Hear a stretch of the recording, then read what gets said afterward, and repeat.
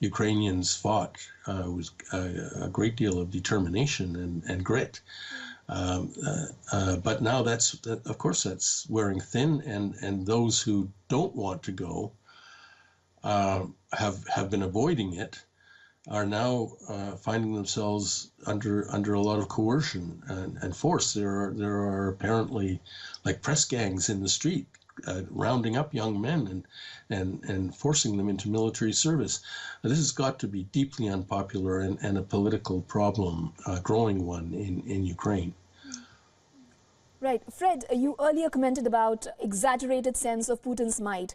How do you see this war panning out in the near future, especially juxtaposed against what Putin said in his New Year's address, where he very passionately said that, yes, we too want to end the war, but only on our own terms. And Zelensky, in a way, refuting a sense of fatigue and weakness, recently said that Ukraine, unlike any other country, has managed to repel an utter annihilation attempt by Russia by way of missiles and drone attacks in the last few days. You know, it's not going to end according to anyone's wishes, and we've all been wrong.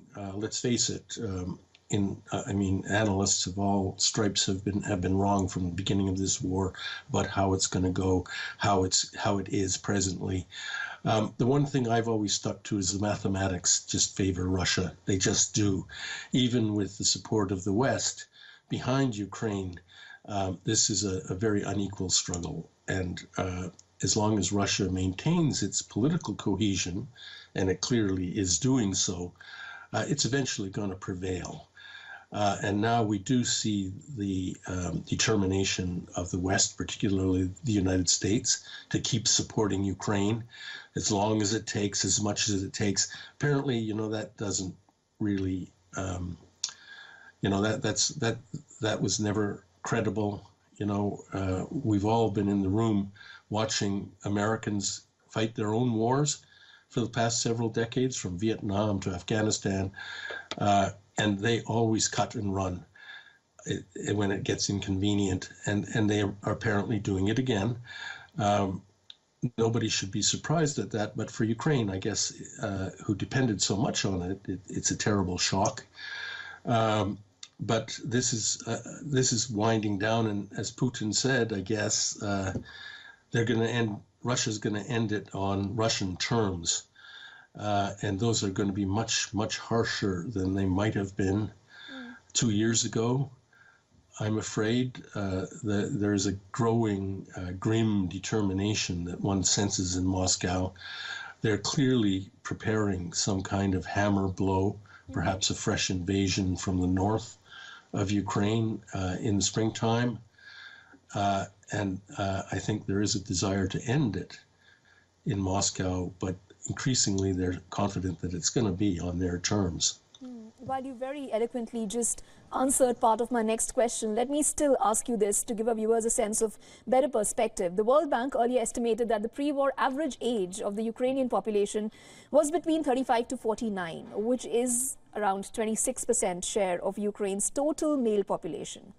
Now, if I were to talk about Russia, it has its own set of problems, no denying there. And after nearly 2 years of war, both Russia and Ukraine are running out of ammunition. Now, there are no winners in war, we all know that. But given the current situation, Russia or Ukraine, who do you think has the upper hand? Well, yes, Russia. And by the way, as far as the production of war material is concerned, the Russian economy has been ramping up to a war footing over the past year or so. And people often forget that Russia is the rump of the former Soviet Union, which never had any difficulty producing military equipment and materiel. There's a muscle memory there that's being put into action, and I don't think Russia, well, it's clear that Russia has not run out of ammunition during this entire struggle, and I don't think anybody should bet any money that it will in the months to come.